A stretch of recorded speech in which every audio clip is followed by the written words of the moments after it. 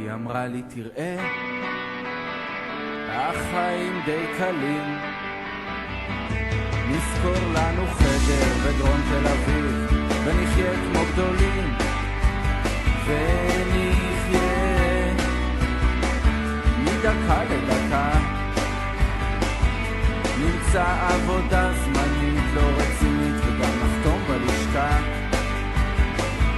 אולי גם תמצא איזה נושא לכתיבה, לא משהו עמוק, משהו מתוק, סיפור אהבה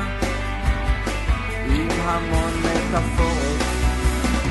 עם המון דימויים, הגיבור יהיה שיכור כמו שאתה בחיים, שאתה בחיים, שאתה בחיים, יש כאב יפה שעובר מהר, שאני רוצה לא להיזכר איך אני עמדתי שם, איך אני אמרתי לה ככה את יפה,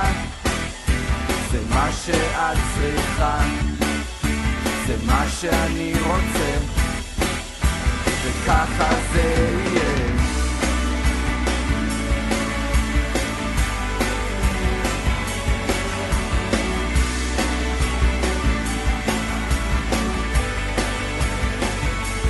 זה קרה בסתיו של השנה שעברה, הוא יורד כמו מכה אפורה על העיר, אני זוכר שהיא אמרה, אני זוכר